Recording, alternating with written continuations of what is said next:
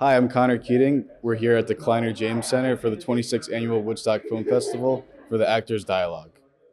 This is the last day of the film festival and the first panel of three right here today and Sunday. We have been running already since, well, not running, but we have been hosting. I was running. So many wonderful events all over Woodstock and Rosendale and Kingston and Saugerties. Incredible filmmakers who came from all corners of the world, literally, and from right here in the Hudson Valley. Amazing films. I think we have over 160 films and 9 panels. Lots of parties, everyday parties. Well, yesterday I think there were maybe like 6 different parties. We've been keeping busy, but this panel is something that I'm pretty sure we have done since the first year, and it's called our Actors Dialogue. It's a favorite, and each year we have one single person who moderates it. She does an incredible job. Some of you have heard of her, Martha Frankel. So I'd like to bring Martha up here, and with her we'll have Michael O'Brien and Rory Culkin, if you all can come up here. And they will all chat. So enjoy this year's Actors Dialogue, and thank you all for being here. Good morning. Thank you all for skipping church, my kind of people. I'm really thrilled today to introduce Michael and Rory. Steve and I have spent a month watching your films, and it's really been fun. I want to talk about the films that you guys have at the festival this year, because they're both terrific. So Rory, you're in a short called Dear Shop Girl. It's really good. And you play a guy who's looking for the right outfit to suicide in. Talk about... Yeah, it's a weird one. I don't know if you... Yeah. Yeah, Dear Shop Girl. Yeah, it's... I think I read it like 2 years ago, and then because of the strike, I had to... it got pushed a year. But I was so weirded out when I read it, because it's just... Yeah, he walks into a vintage store, and he says, I need something to wear for when I take my own life, and she laughs in his face, and it's just like such a strange starting point. And I was like weirded out when I first read it, and I was like, maintain this feeling of being weirded out and try to bring it to the set once you do it, because you're definitely going to do this. So then I just had to maintain that feeling for like a year. But I think it all worked out, and yeah, I like it a lot. It's very funny and very moving. It's very touching. And Michael's in a film that won the Best Independent... the Laurent Redco Award last night. My husband designed and donated that award. Laurent ran the Hudson Valley Film Commission. He died this year, so we wanted to honor him some way. And Michael's film, A Break in the Rain, won that award last night. I just found out. So sweet. So talk about making that film. I mean, it's about a man has lost his wife and 10 years later loses his son, and he's sort of a wanderer, and he has to come back to the homestead. Yeah. Dana Williams, our writer, lost her father during the quarantine and the pandemic. And that sent her down this journey about grief and family. And so she created this character that I play, whose wife has died 10 years prior to the start of the movie. And my character comes home for my son's funeral, who's died of the same cancer. So it starts there, and then to try to bring a couple extra bucks in for the family, for my daughter-in-law and grandkids, I become a driver, and I pick up a singer-songwriter at the airport, and then madness and madcap things happen.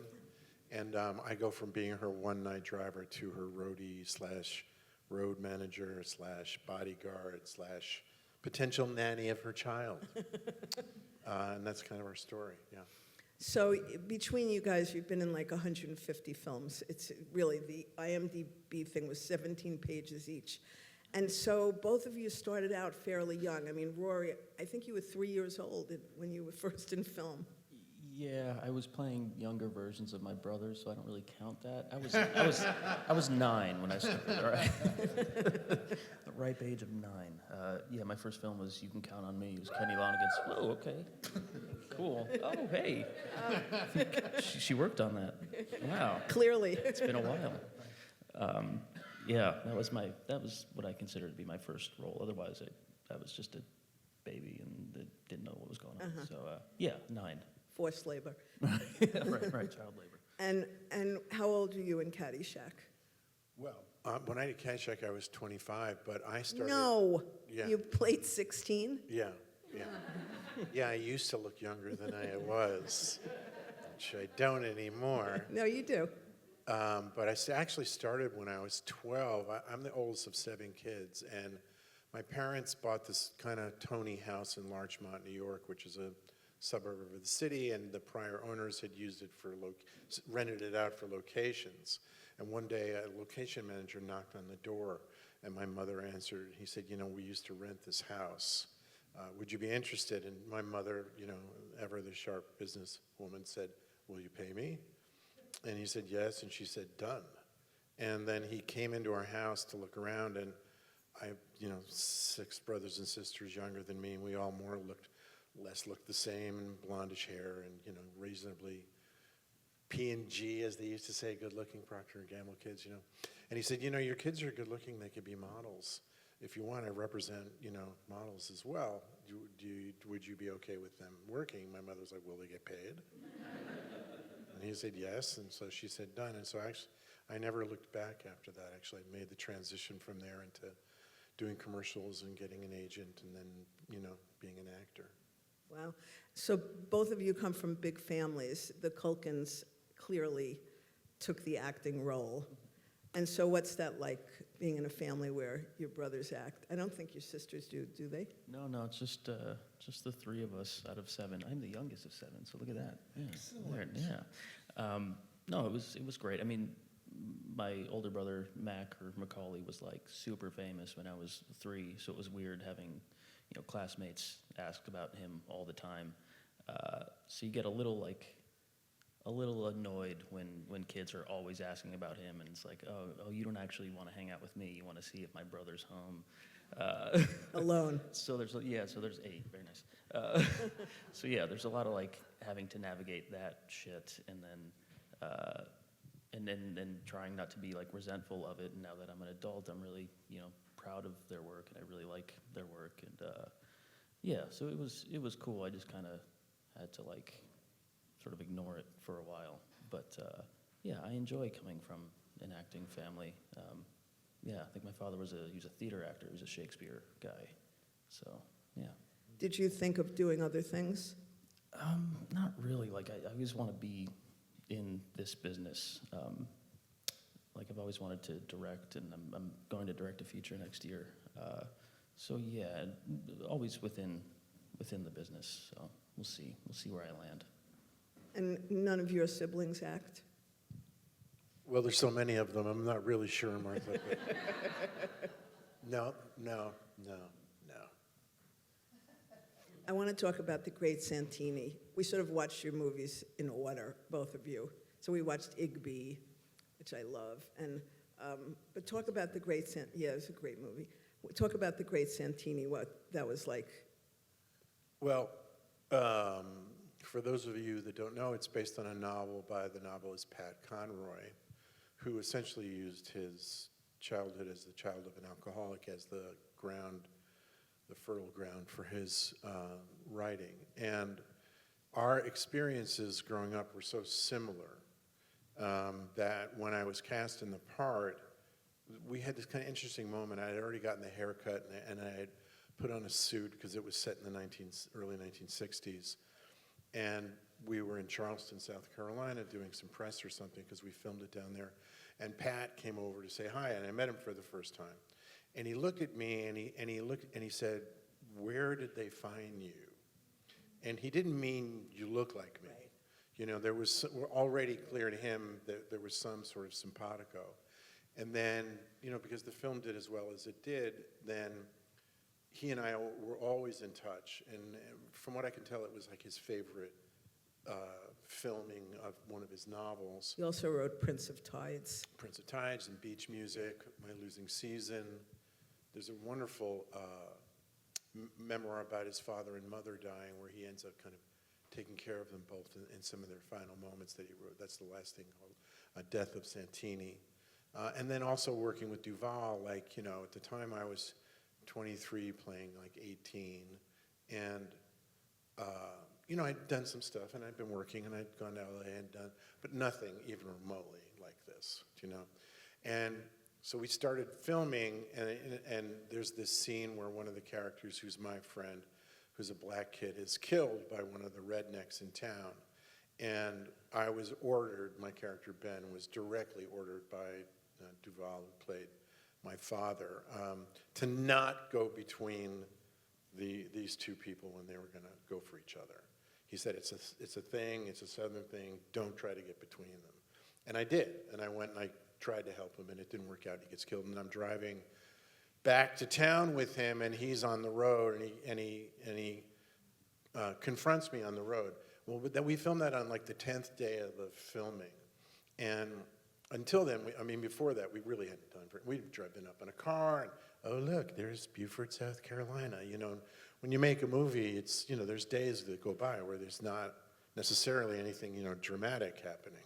So that was the first real acting scene we filmed, and we filmed all through the night. It's a huge confrontation, and I really lay into him. And at the end of the night, you know, I mean, it was Duvall, and I was all, you know, he'd already done Apocalypse, you know, and he'd already done The Godfather, and, you know, that performance in To Kill a Mockingbird, you know, he was a legend already. And so I was really, you know, on my, you know, I was really trying to bring it, you know. And so we finished the scene, and he came over to me, and he didn't say anything, and he just shook my hand. It went on for a really long time. He just kept shaking my hand and looking at me. He was like, right. And he didn't say anything. And from then on in, I knew it was on. You know, I knew like we were going to really go for it. It was really going to be like a thing. And then, you know, he was unbelievable, you know, to work with. It's like playing tennis with a better tennis player than you. All of a sudden you're making these shots. You're like, how did I do that? You know? So it was, you know, it was really special. Rory, talk to us about Igby. How old were you? I was like 10, 11. There was, I played young Igby for my brother Kieran, but I count that as a real job for me because I was aware at that point. I was just in flashbacks, so I had the scenes with Bill Pullman sort of having mental breakdowns, and that was lovely. His children were on set watching behind the monitor, just him freaking out in the shower. And so like I said, I was a kid, so I just knew those scenes really well because I was in them and performed them. And then watching the movie, older Igby, Kieran, is like so annoying. Like or being mad at him, like you're so. But watching it as an adult, he's amazing. But he's just so punchable in that movie. I think people feel that about him now. Yeah, he's maintained that. He's really leaned in. I'm kidding. I'm kidding. I don't know if he is, but I am. No, on Succession, you just want to kick that guy's ass. Yeah. Igby, I was just a boy. I know, but it's sort of like the first time it's you. It's not just a baby. It's you. It was really good. Yeah, no, it's a really cool cast, and it holds up. I watched it recently. It's really good. Yeah. It does. Yeah. So what have you had to learn as an actor that you would never have known as a civilian? You go ahead. You know, my acting coach, Caitlin Adams, is here, and she's a wonderful actor in her own right, and has coached some really fantastic people. She played Patty in The Jerk. And we talk a lot about what qualities are really the most important qualities for an actor to have.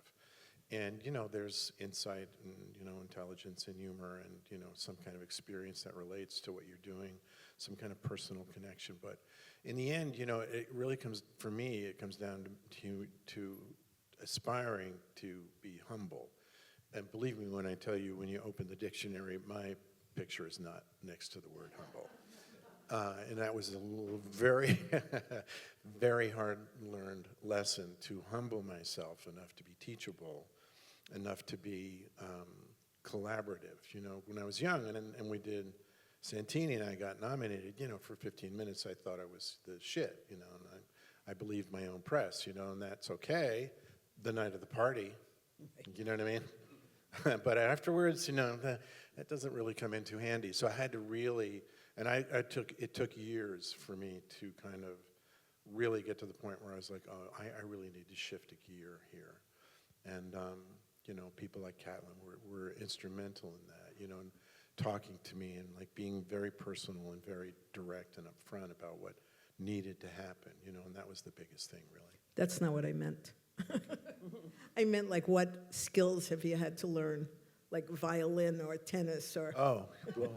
But I like your answer, but that's just not what I meant. Well, you know, when I was young, I did a lot of athletes, you know, so like when I did Santini, I got into basketball, and when I did this thing afterwards, Split Image, where I was a gymnast, so I was like flying off a high bar, and then when I did Caddyshack, I lied about the golf thing for the audition. So I go to the audition, and you know, the character I'm playing is going to win a golf tournament, and they're like, "You're a golfer?" I said, "Yeah, of course." Scratch golfer, no doubt. Scratch. No problem, I got this. Then I got the part, and I was like, oh, shit. And I went to the Wingfoot, where I grew up in Westchester, where I was a caddy as a teenager, and I convinced the pro to teach me for 6 weeks. And so I played there every day for 6 weeks with him. And what I really did was took lessons every day for 6 weeks, so that when I got there, I kind of decent enough swing. But yeah, I mean, that's the coolest thing, really, in a way, about acting. You get to, I played a sheriff. I did, you know, Amanda Seyfried has a movie here, and I did a little thing with her in this movie. She's a star of called Things Heard and Seen, which we filmed up here just before the quarantine.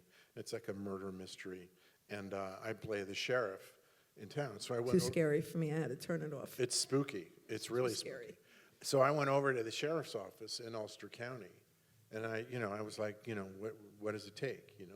And so I became friends with the sheriffs. Like, that's the fun thing about being an actor, is the research, because you want to be able to understand, you know, the world in which the character is taking place, so that everything you're doing, hopefully, can somehow be connected back to it, even if nobody really sees the whatever intricacy you're into, but you know, because I went to talk to these sheriffs, and I was listening to them about how they interview criminals and talking to them about their salaries. And one of them, Craig Miller, actually has a kid in school with my kid up here. So I see him all the time at school. So we've developed a friendship, you know. So those are the things that are really, some of the things for me at least, that are really cool, yeah. What about you, Rory?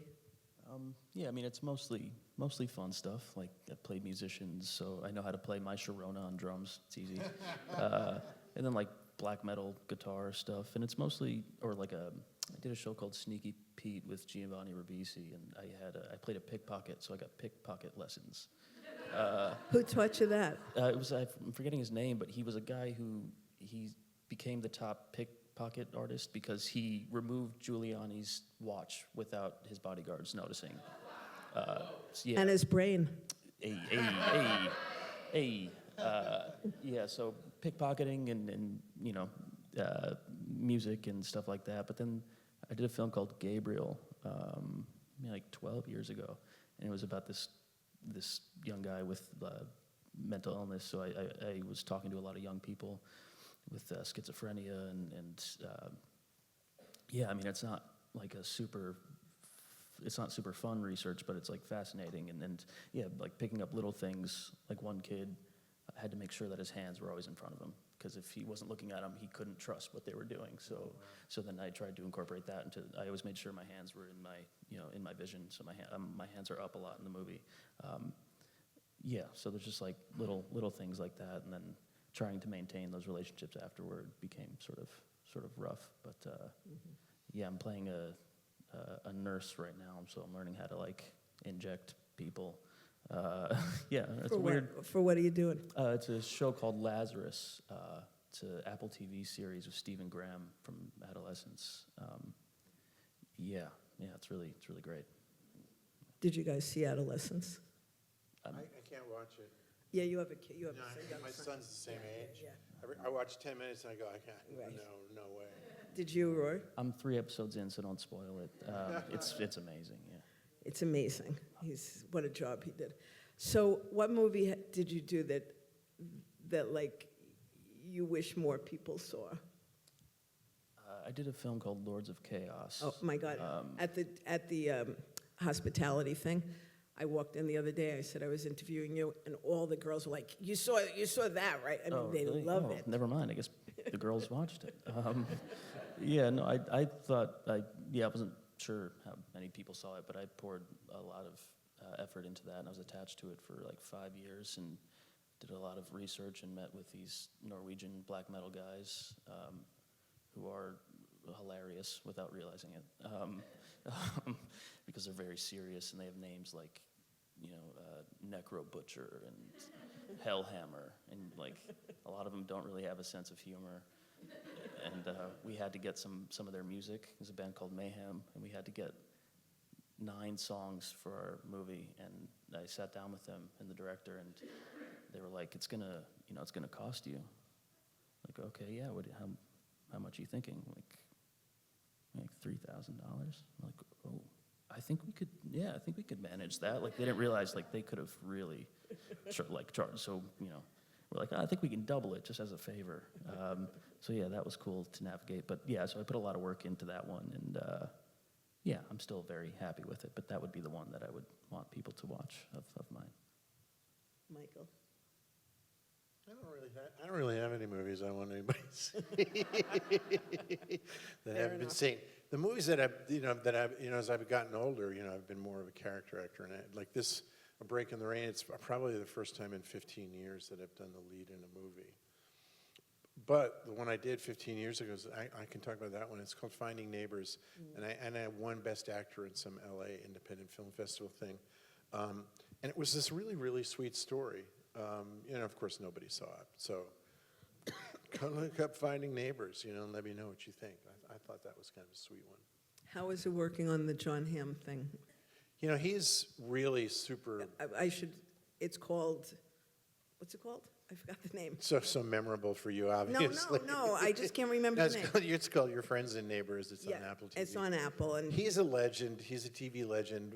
When I started working with him, they cleared this photo of me and him in a car, and on my personal website, I put under the caption under the photo of the two of us is me with promising young talent.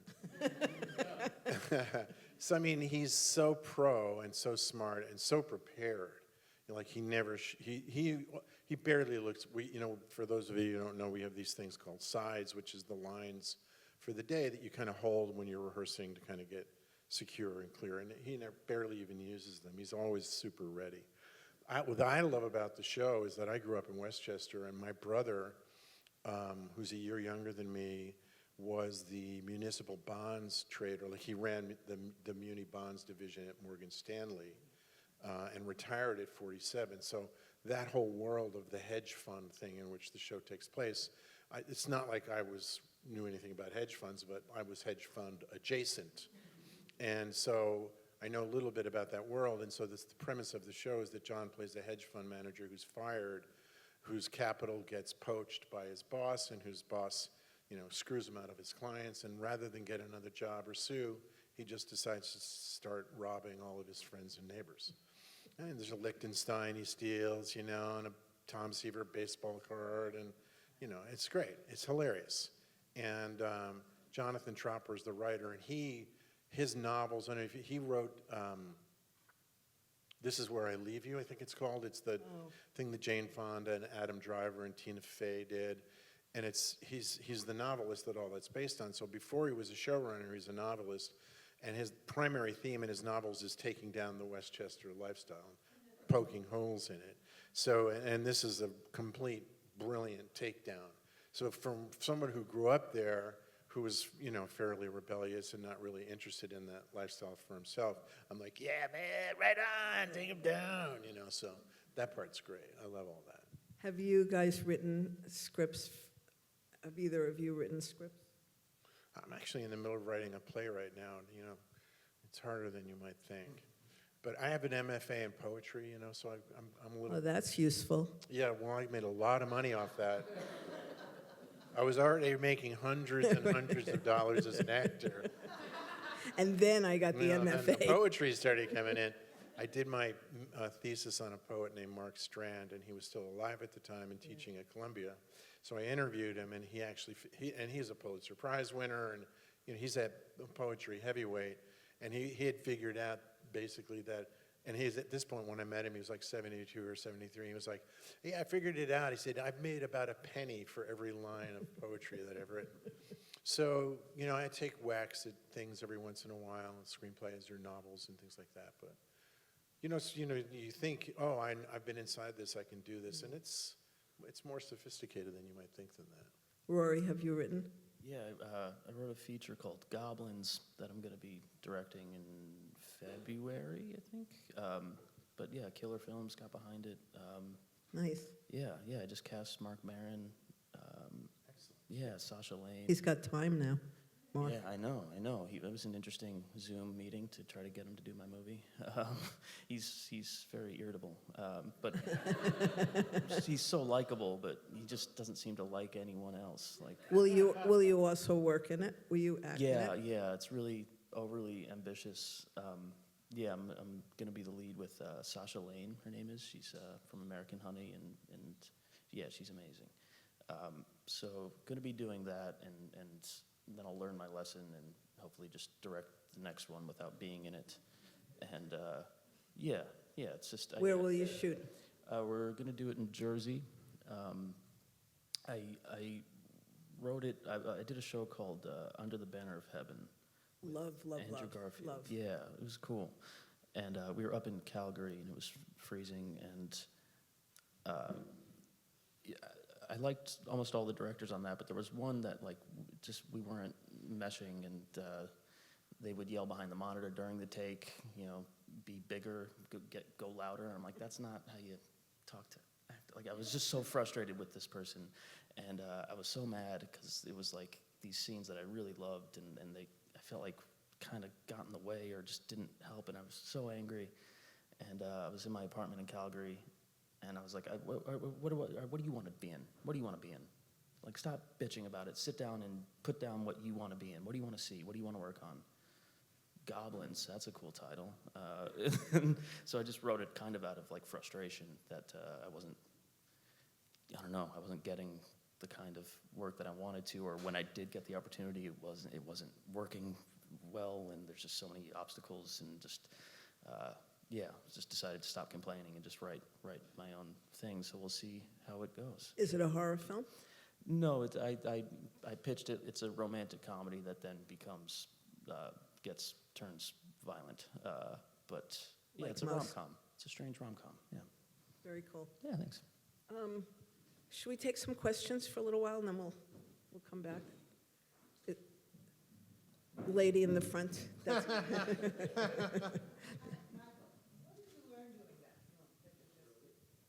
a break. Catlin asking me what I learned. Well, and Wait, they're going to make you do it through the mic, so it's in the. oh yeah, oh, there's a microphone.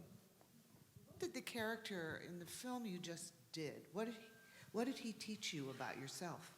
Well, and before I will answer your question, so please don't humiliate me in front of everybody. Talk to me the way you do when we work with each other. So that's Catlin, my acting coach, and we worked on the script together. And she has a house up here, and I went over to her place, and we sat down and talked about the script for a long time. And probably the thing that I learned most was really a sense of how to not do anything and still be connected to what's happening. And the character that I'm playing in it, he's got all this grief about his wife that he hasn't processed, and then his son, and that's a problem. And he's written all these lyrics for songs, and the singer-songwriter gets an opportunity to see his journal, so she starts to write music to his songs, and really that's what the film is about. So he heals through her capacity to articulate musically what he's going through. And I have to sit and listen to her do that a number of times in the movie. And those scenes are really powerful in their own way because that's where I have to have all the transitions that the character is learning about himself. And I don't say anything, and I don't talk to anybody else. So this thing about learning to be present without being proactive, do you know? So that's probably what I learned most about from that. They were poems that he wrote, not songs. Oh, tell me more about my character, Martha. Don't worry, I will. No, they weren't songs, they were poems, right? She finds He his wrote poems. rhyming poetry, Right. but I can also tell you this, that was actually based on my life. So Dana and I, Don Scardino, who directed the movie, and Dana, I've known Don for 50 years, and I've known Dana for 30 since they've been together. And my first wife is a fairly well-known songwriter and musician. That's not off the table? No, I just mentioned her, so Okay, it's not good. on the table. I would have been more circumspect, but No, so you're the I boss. was married to Bonnie Raitt for almost 10 years. And so Bonnie and I wrote together, and I would bring things to her, and then she would, she liked them. If she warranted them, she would compose to them. So, and Dana and I met right around then.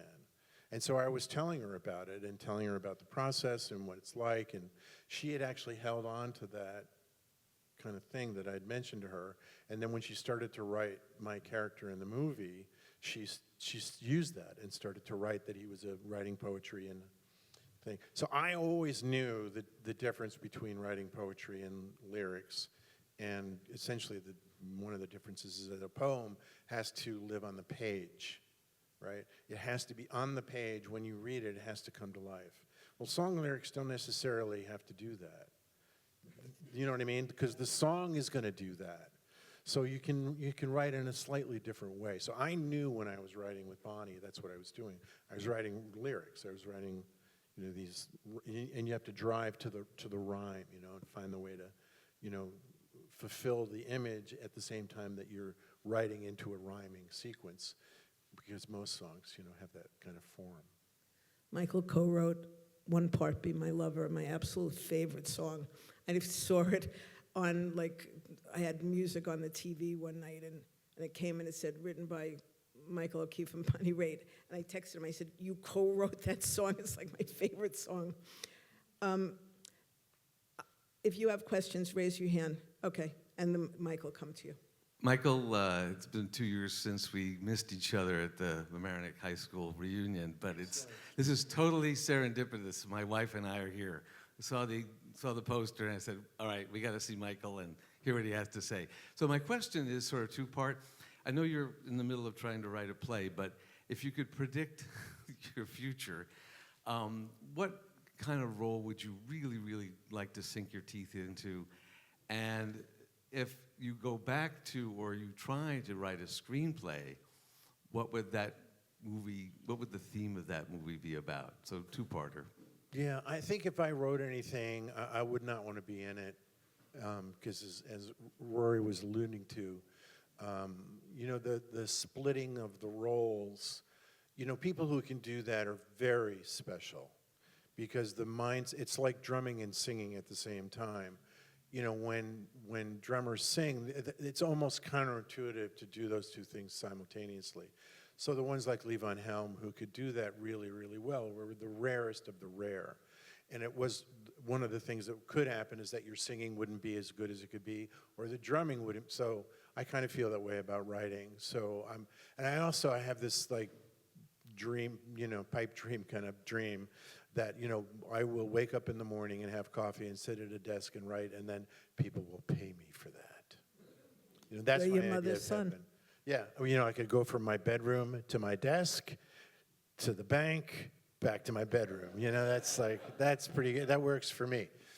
I turned 70 this year, and I have a 12-year-old son.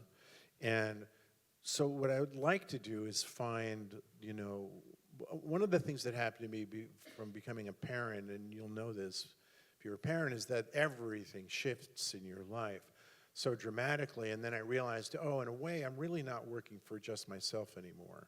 I'm working for him. I'm working to give him a launch pad to try to step into the world with a little bit of support, not just emotional support, but financial support as well, especially in the way capitalism works.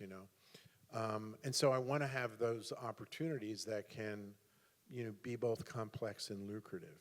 So I'm open to any six-figure offer you want to make me.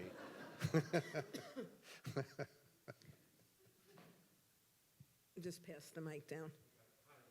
Oh, hi, sorry. My question is also for you, Michael. I wanted to ask you about Roseanne, and I wanted to ask, what's it like when you get cast in such a popular show with characters that are already fully formed? Yeah. And what was that experience like, and how was it working with, especially Laurie Metcalf, who most of your scenes were with? Yeah. So for those of you that don't know, I came into Roseanne on the 5th year. I'm in the 5th and 6th season as Laurie's love interest, and the premise was that we had a first date, she gets pregnant, she decides to keep the baby, and we get married, and So I knew John Goodman for years before the show. I knew John before it kind of hit for him from New York. So that was really a pleasure. She's a genius, Roseanne. We don't exactly share the same political viewpoints. So that was an interesting kind of challenge. She's also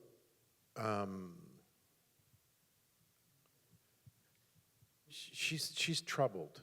Do you know what I mean? And she had a very, very rough lifestyle before she came in and had the success that she had.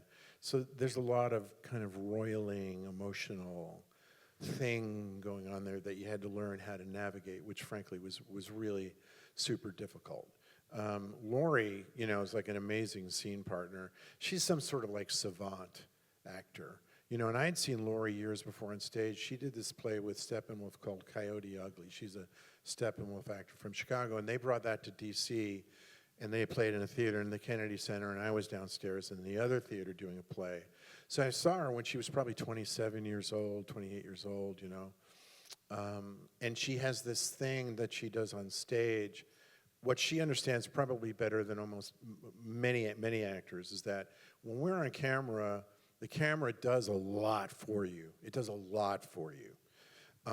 But when you're on stage, you have to do with your body what the camera does for you on film.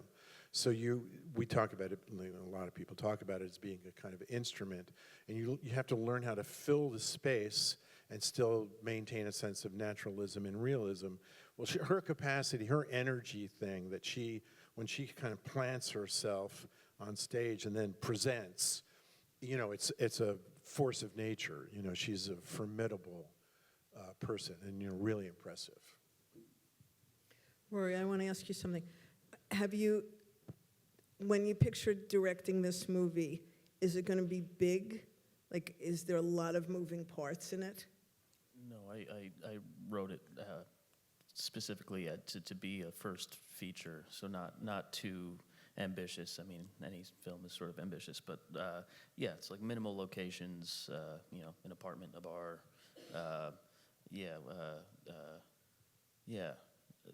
So it should be manageable. I've gotten past the guards so far in convincing people. So yeah. Good. Oh, thanks. The first year I did this, we were in another place, and the two actors, one of them was one of my best friends, and I made the biggest mistake. I said to the other guy, would you have liked to have been in any of the movies he did? And he went on to name all the movies that my friend had been in. And then I looked at my friend, he went like this. And I realized he did not know who the other guy was. Like, he had never seen his movies.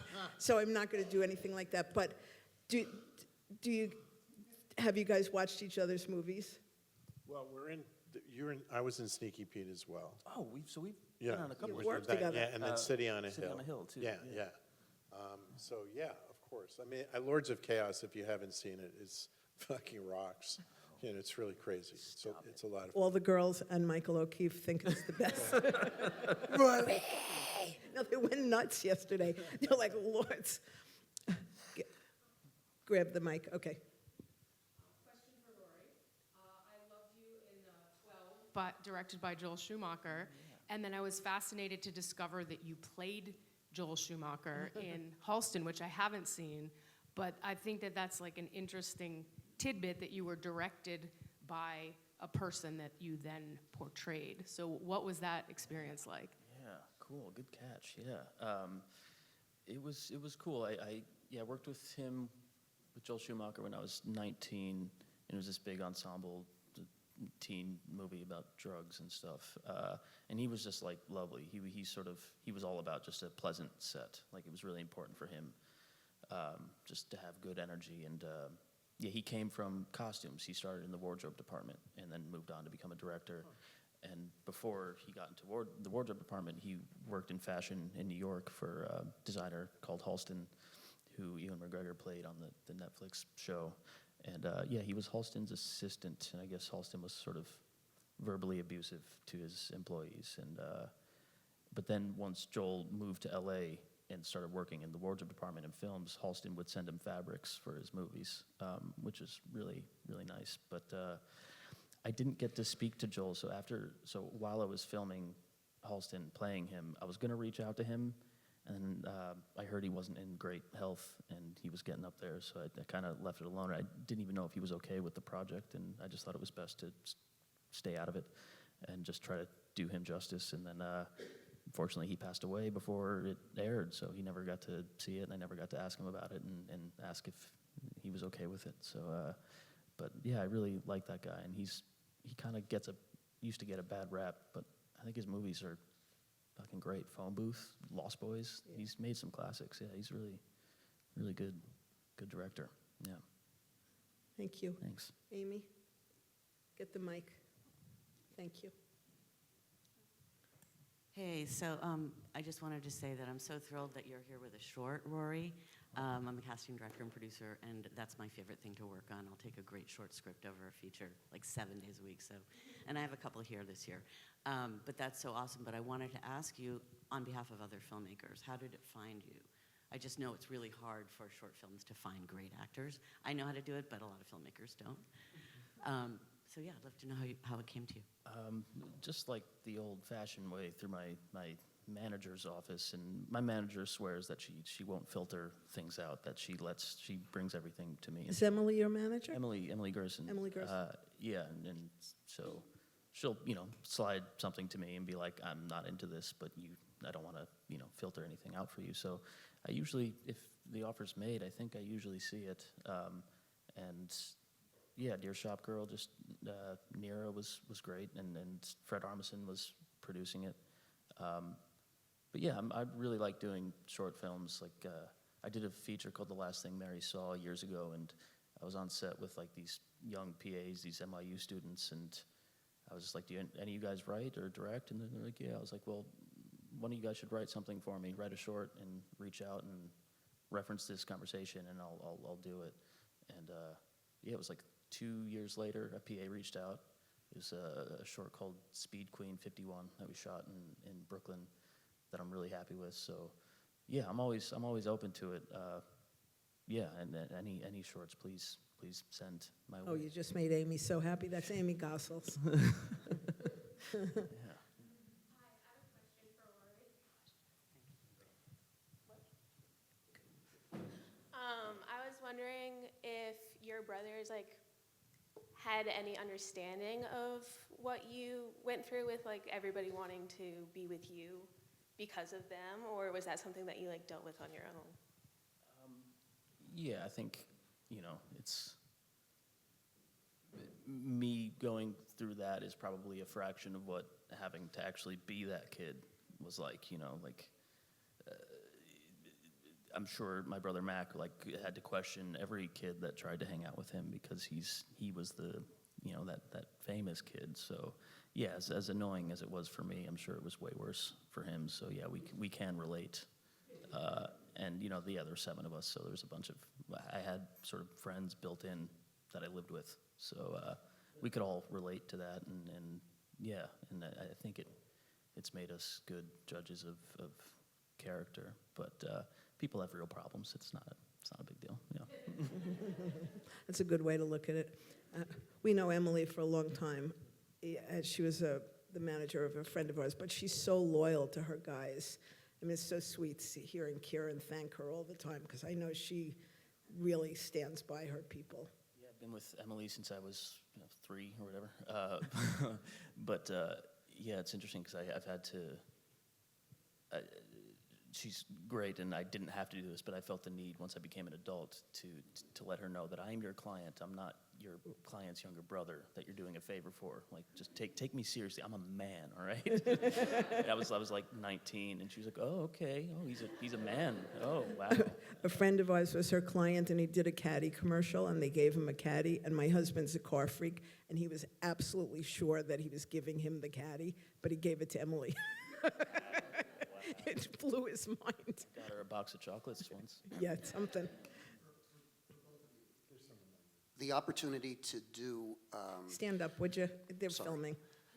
the opportunity to do a feature film versus a series, differences in that, and do you have preferences for one or the other? I'm starting to really enjoy the series. It's a little weird because you establish a character and then these new scripts come in and you're like, well, I wouldn't say that. But it's like you have to weigh how much do I know my character versus they probably know best because they kind of created him. But sometimes you should sort of put your foot down. So I'm trying to navigate that, new scripts and then new directors too.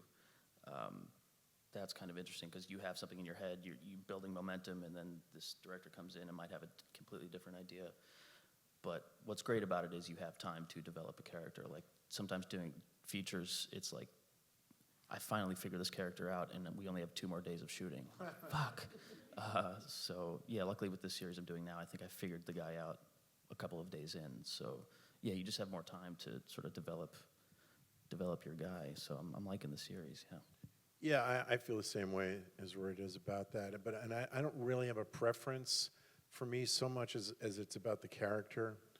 You know, like for instance, doing the thing on Your Friends and Neighbors, they were like a 9-day shooting schedule every episode, and I might have shown up for a day in one episode or 2 days at most in one episode, and that was great because I would go in and get a really serious paycheck, deliver, you know, what I could deliver as an actor, and then I could go home and take care of my kid and my place, and, you know, I was really, really grateful for that.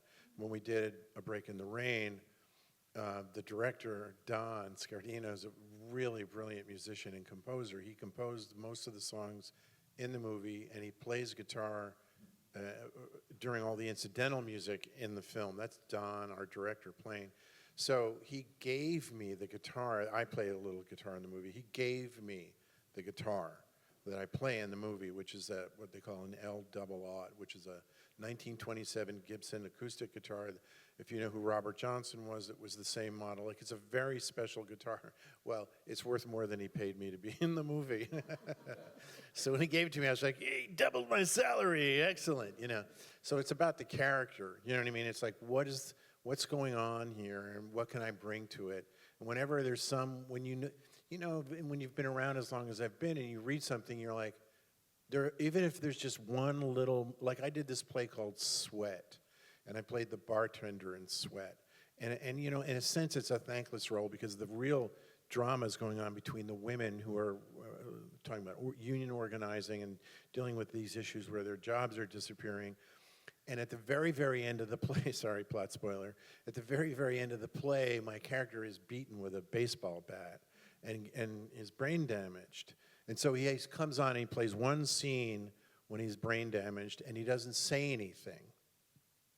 Well, that was enough for me to want to do it. You know, it's like, I'll do the hour and 15, 20 minutes leading up to that because I know that when I get there, I'm going to do something that's going to be worth it for me. I'm going to be able to express something that I never have been able to do in any other situation. So things like that, when you read something, you go, oh, I could do that. I could do the thing there that, you know, whatever it is. That's what really draws you in, I think. What was it like shooting A Break in the Rain, shooting all in the Hudson Valley? That must have been nice. It was amazing, you know, and we did it in 20 days of filming. And Don, our director, who had done all these 30 Rocks, he produced and directed a ton of them, and we had the DP from the show. So when I had like 3 months to prepare, and at one point I was like, so what are we going? How long are we going to shoot? We're like, what are our shooting days? He goes, we're going to do it in 20 days. And I'm like, well, yeah, that's never going to happen. You know, it's not going to work. And he got every single day. So, like, we worked at all these cool venues, like the Falcon in Marlborough and Birdcliff here and the Colony here, and this little stinky bar in New Paltz that's a legend, Snugs Harbor. So that was all great. And then the house that my character lives in this house, or it was a house he renovated, and his daughter-in-law and grandkids are living in it now, is in Modena on 32. And so our director, Don, and his wife, Dana, lived in that house while we were making the movie. So, and it was great to be able to wake up in your own bed and, you know, like, go to work. So my longest drive to work was like a half hour, you know, which was so sweet, you know. And the Hudson Valley is so beautiful. And I moved here because I love it up here. So to be able to just be around and work in it. And when you see it on camera, you see these incredible shots of Mohonk, you know, and the Shawagunks, you know, or the foliage, because we shot it this time of year last year. You know, there's so many beautiful, you know, panorama. I mean, there's a reason there's the Hudson River School of Art. Do you know what I mean? And it's because of the light up here. It's really, really special. So. Cool. Yes, stand up. Thank you. Hi there. Good morning. Wow, that's loud. So my question is actually for both of you guys. I'm wondering if there's a particular project or character that has really stuck with you throughout your career. I mentioned earlier, did a film called Gabriel about the young man with the mental illness, and yeah, it was when I think about him, sometimes I still get choked up. I still miss that kid. Yeah. So that's the one that really stuck with me because he's just kind of tragic and yeah. We're all watching that tonight, you know that. You know, for me, it's Great Santini, and I'm actually next week I'm going down to Beaufort where we made the movie, and Pat Conroy died 10 years ago, and they're having there's that Pat Conroy Literary Center, which is essentially serving young Southern writers that are trying to break in, and they help cultivate them and then publish them, and then it's also there to keep Pat's, you know, world alive, you know, and it's the town where we filmed the movie, and he went to high school in this town, or at least, you know, for a couple of years, and he ended up living fairly close to there, so it was his last real thing. So I'm going down there next week for like 5 days, and there'll be a literary festival, and, you know, they'll be talking about Pat, and, you know, the thing about him is, you know, I owe him one of those, it's kind of like owing someone a debt that can never be fully repaid, you know, because I get always choked up when I think about him. He did something, you know, as an artist where he transmuted this thing about being the child of an alcoholic.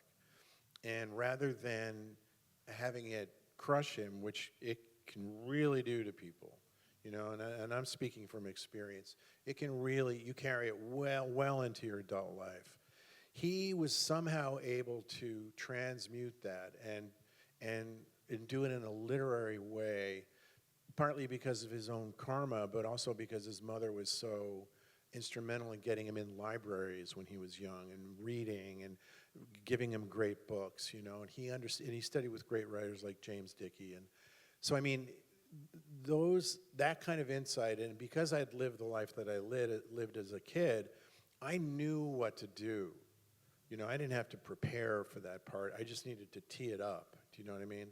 And so had he not done that, I really seriously question whether or not I would have, A, a career as an actor, and B, whether or not I would, if I did, whether I would ever get the opportunity to do those types of roles, because I don't necessarily look like the kid, in the sense, the sensitive kid that I was in that film. You know, I'm big, and I'm not always, but I'm cast as a heavy a lot, and, you know, so that's just, you kind of like live with that. You go with what, you know, comes your way, and I'm not complaining. But had I not had that opportunity, had he not done what he'd done, I don't know if I'd been able to do what I did. So that, you know, it's that type of thing for me. Great. I can't see anymore. I'm so blind up here. But if not, we'll just continue talking. Have you cast your movie already, or? Is there anything for being Yeah, is there anything for me? Hey. You know I'm available, Rory. Hey, Jersey, we could drive down together. The bartender. Yeah, no, it's Marin, who's really pleasant, and Sasha Lane. But it's a very small cast. It's very yeah. It's only one more part to cast, and yeah. Keep us in mind. Yeah. Oh, okay. I will. Yeah. Yeah, we give discounts as, As a as a team. couple. Yeah, we come in as a team. Michael's my new best friend. Do you picture ever filming up here? Oh yeah. No, I would love that. I'm sort of navigating the tax incentives and all that, and where. There's yeah. a great Hudson Valley Film Commission. Yeah. Yes, I'll turn you on to them. Yeah, please. Okay. Yeah, give me some emails. Yeah, nice. Okay. Thanks. If you don't, go ahead. Good morning. We come every year to see Martha, and then there's always there's these other guys here that are great too. In my imaginary life, I'm a casting director, and I'd love to cast you, Rory, in something with Jeremy Allen White, because you guys look Yeah. like you're from Yeah, the they same. do. Yeah. Okay? I'm right. Yeah. Yeah, they'd be good brothers. Yes. Forget about Kieran. See that? I know. So I'm just putting that out there. Okay, bye. You're going to get a lot of work out of today. He was Jeremy Allen White was also in 12, directed by Joel Schumacher. So we've worked together. Oh my God, he 17 years ago. Yeah. Yeah, he was so young. It was before Shameless, right? Yeah, he was in the whole. Like I said, it was this big cast, all these young actors, like from Gossip Girl and all these like different shows. And I remember seeing Jeremy and thinking like, I don't know if this kid's gonna make it. And he was the one that just ascended. But I remember he was the one that didn't seem like an actor to me. We did a table read, and I was like, is this a PA that they just? But he's so good, and yeah, he's a New York kid too, and yeah, I like him a lot. Yeah. Do you think, what do you think of the state of movies now? Do you go to a lot of films? Do you see them in the theater or at home? Tell the truth. I don't. I'm kind of slacking on the theater thing. It's also the runtime. When I hear something's like 3 hours, I'm like, It'll be better in my pajamas. Yeah. That's what I always think. yeah, I'm kind of the worst. Some films need to be seen on a big screen, you know, so I try to, and because we live up here, you know, Upstate Films is always great, Tinker Street Cinema is great, and I guess Upstate has actually opened up a new theater in Kingston as Yeah, well. 50-seat theater on Broadway. Yeah, but I do watch a lot of things at home, you know, because, like, you know, with having a 12-year-old kid, right around 8:15, I'm like, all right, see you guys tomorrow, good night, and I'm in bed, you know, and I do a little bit of reading, and then, because I got to get up at like 5:36 to get him off to school. But there's a couple of great, you know, streaming apps with films on them, you know, besides the usual like Netflix and Apple, where you can find quote unquote I everything. mean, Criterion. Or, Yeah, but like Criterion Channel or Mubi, I really like Mubi these days, MUBI. And Mubi's got all these really obscure, you know, international films, and they're all. It's a slightly darker, you know, sort of set, if you know what I mean. So I really like watching there. You know, so it's. But I mean, I'm still I like turning my son onto films. Like I can't wait. Like I don't know how he got into Dune. But when the Dunes came out, the Dallas, I forget his name. he had already read it? No, he hadn't read the books yet. But he sat in the movie with me for 3 hours, and I was like, at about 90 minutes, I was like, oh man, he's going to pop, and we're going to have to leave. And I kind of would look over, and I didn't want to curse it. I was like, oh, he's okay. He's liking this. Oh, all right, great. And he ended up liking Dune and Dune 2. Like those are two of his favorite movies. But like I can't wait to like show him Dr. Strangelove, you know, or The Red Shoes, you know, or Mean Streets, you know, and like those. Wait a couple of years for. Well, yeah, you know, I mean, like most. By the way, for Caddyshack, if you're a parent, I usually wait until kids are 40 before When let I them told people see I it. was interviewing you, the entire table, every man at the table said, "Oh, Caddyshack." I couldn't believe it. It's the gift that keeps on giving. I guess so. I mean, there are certain movies and certain shows that are definitely male-dominated, like The Three Stooges, like Caddyshack, but they were so passionate about it. I was taken aback. You know, and I mean, I could briefly tell you that, you know, you know, because I'm frankly a pain in the ass. You know, you get to a point where you're, you know, at a certain point you're like, gee, I wonder if somebody would like acknowledge some of the work I did, say, in the century that we're living in. You know, as opposed to the 20th century, you know. And so I was like, oh, yeah, Caddyshack, I'm glad you like Caddyshack. And in 2007, I did a pilot that never aired. I really liked it a lot. This comedian turned writer, producer, Mike Binder, made it. And Oh, I love Mike Binder. Oh, he's the best. And so we went, I went to a wardrobe fitting, and the wardrobe, I went into the fitting, and the designer said, I'm a huge Caddyshack fan, and she read me, you know, like a book, and I was like, yeah, thanks, great. Anyway, so can we get dressed? You know, we did this clothes thing. And then afterwards, she said, do you mind if I tell you why I told you that? And I said, no, why? She said, well, my father just died, and he had leukemia, and for the last 6 weeks of his life, we would all go to the hospital and spend time with him, and the only thing that lifted all of that negative energy was watching Caddyshack as a family. We watched Caddyshack over and over again for 6 weeks. And at that point, I realized, you know, I'd be such an asshole because the people love that movie. The people who love that movie are so devoted. It's such a cult favorite. They're so devoted to it. And I was like, you got to get over yourself, man. You know, it's not about you. Embrace the Caddyshack. Yeah, it's not about you. It's about people enjoying it. And that's why we make films. You want someone to enjoy. So, like, you know, everybody should have my problems. You know what I mean? Right. We have a few more minutes. If you guys have any questions, yeah. You have a Hi. mic? I have a question, maybe even a slight suggestion for Rory. Have you ever considered maybe going a different route and like doing a documentary with your siblings and how it was growing up in the industry and all together? No, because I'm a little like exhausted by it. But I was talking to my brother recently about a documentary. My brother Mac did a movie called Party Monster years ago. It's based on a book called Disco Bloodbath about the club kids in the 90s. It was him and Seth Green, and I was talking to my brother about it, and he was like, I didn't bring it the way I think I should have. Like, I could have done a lot more with that role. And I was like, let's just remake Party Monster with the same exact cast.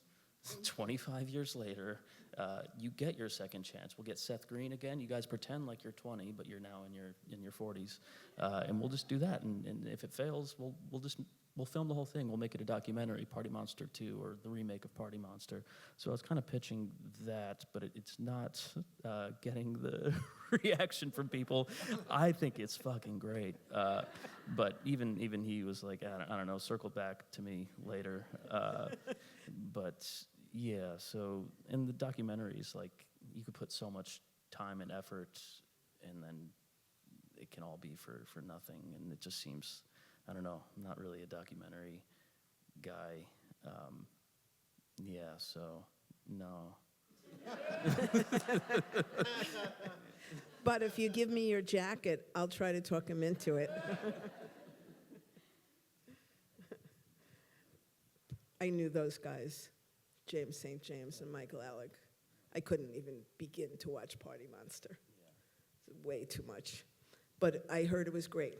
People who were there with me in the scene downtown thought it was incredible. I just couldn't watch it. Do you think that, I mean, you're here, I know you went to see John Bowermaster's film about Riverkeeper yesterday. And like, I feel like the thing you should do at a film festival is see the documentaries, go to the panels, see the things that aren't going to be on Netflix in a week.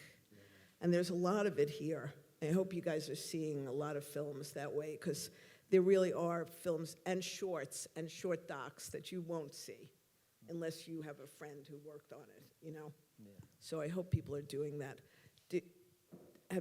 What are you doing? Have you seen stuff at the film festival? You have to today. No, I should today. Yeah, you never know what's gonna land, and you know. Yeah. Was Dear Shop Girl an idea to do a short to make a bigger movie? That's a question for Nira. I'm not really sure. I don't think so. It seems pretty contained. It does, but Yeah. a lot of shorts are that, like a calling card for a bigger movie. And that one seemed like it could be, like that there's so much backstory that we don't know, that we want to know. Yeah, I think there's enough there for it to be a proof of concept. Like the thing that I'm going to direct, I shot a proof of concept for, and it does make a huge difference if you go out and film a couple of scenes of your project and then pitch it as part of your package. It really does make a difference. So, yeah. I'm looking at that because that's telling us what to do. Somebody who's in charge could. Just so you know, she's pointing at a clock. It's not a person inside that little box over there. Could somebody tell me what the time frame is here, Kennedy? You have 5 minutes. Okay, good.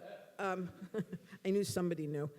Do you think that, like, what have you seen recently? I don't want to ask you that because there's a movie I want to see that I don't want to know anything about. I don't want to hear your opinion, so I'm not asking a question. Because I want to, maybe today I'm going to sneak away and go see, or tomorrow, one battle after another. But I don't care what anybody else thinks. I just want to go and see it. Because a 3-hour movie by myself, that sounds like a round of golf with nobody bothering me. And I don't play golf. So, but do you do that? Do you go to the movies by yourself? Absolutely. I love going by myself. Me too. Yeah, especially up here. You're going to go to Upstate Films. And when I had a loft in downtown LA for about almost 12 or 13 years before I came up here. And there was this old funky theater downtown and like in some basement of some building that nobody knew about. Like it had, I don't know, 120 seats, and there would be days I'd go in, there would be 2 or 3 people watching a movie, and it was always like an art house kind of thing. I loved that. When I lived in Manhattan, I lived on 95th Street on the Upper West Side, and the Thalia was right down the street. So I mean, that was a classic, or to go to the Angelica, and see some screwy black and white German movie, that kind of thing. I live for that. I was the movie reviewer at Mademoiselle magazine one summer, and we would all go to every critic in town would go to a screening, and then we'd get in the elevator, and by the time we landed in the lobby, everybody had made a group decision, except me. I never said a word. And I would be like, what just happened? I love that movie. Like, how come by floor 2 we hated it? And so my husband knows, like, no talking during a movie. We just watch. We'll talk later. So I love going by myself, too. I might today to go see a couple of film festival movies.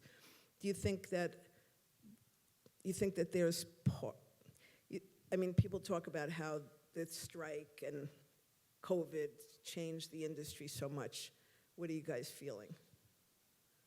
Well, I mean, there was a kind of compression from COVID that happened in terms of like the breadth of work that was being created, and then the negotiations for the new contracts created a different kind of pressure because the studios were trying to find ways to save the money that they were now going to have to spend.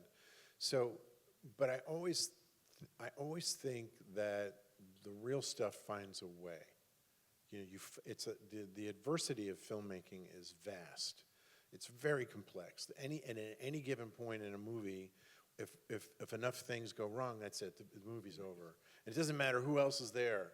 It doesn't matter who you've got in it or who wrote it. There's things that have to come together. So, and when they do, it's like a little miracle. So there's a kind of like inevitability about good movies, when you're making them. And one of the things that's really crucial is that when you see it, it's like, it's necessary. Like, this is a necessary movie or a necessary TV show right now. It's not extraneous, it's connected to what's happening. So I think people will find a way, even though there is that kind of compression going on now. And people will find a way to make beautiful stuff. It keeps, each generation's gonna find it. The other thing with AI, everybody's freaking out. There was a lot of hubbub about this AI actress that almost got signed. Personally, from my point of view, it's laughable, but I mean, I understand what's happening because, if you look at the economy, by the way, I'm an unemployed actor, which makes me an expert on all areas of human endeavor.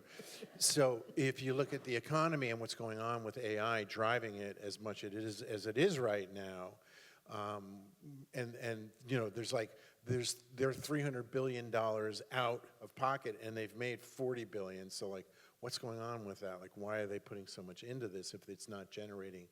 So, but the acting, the filmmaking business is the same. Some of the AI things I've seen that are AI, they're amazing. And it's interesting to watch them. I don't have a problem with that. Great, make some AI stuff. But the personal thing about like making up a person who's like a young actress and turning her into a star, I think that's laughable. I personally don't think it's going to happen, but people get very riled up about it because it crosses over into that, for us as actors, it crosses the line where it's, this is our territory. We have a union for a reason. One of them is to protect our work space and our wages, so. Where can people see A Break in the Rain? Right now, nowhere, because, it's in the film festival thing, circuit. Looks like we're going to be in some festival in Berlin, but that's not, I can't really talk about that. And another one, I think, in Massachusetts that I can't really talk about, so we didn't have this conversation. Okay. But, we're going to do... It's a terrific movie. Really, it's just so lovely and smart, and it was just terrific. The music's great. Everything about it. We loved it. Well, thank you. Well, the idea, as you know, when you get into these festivals is you want to find a sales agent who can then help you rep the film and then find a distributor or a streaming service. I think there's an audience for this movie, and I personally feel really strongly about it, but I'm a little biased, But I think it'll have a life. Well, thank you both so much, really. This was a lovely morning. And thank you all. Thanks, everyone. For more information, visit woodstockfilmfestival.org.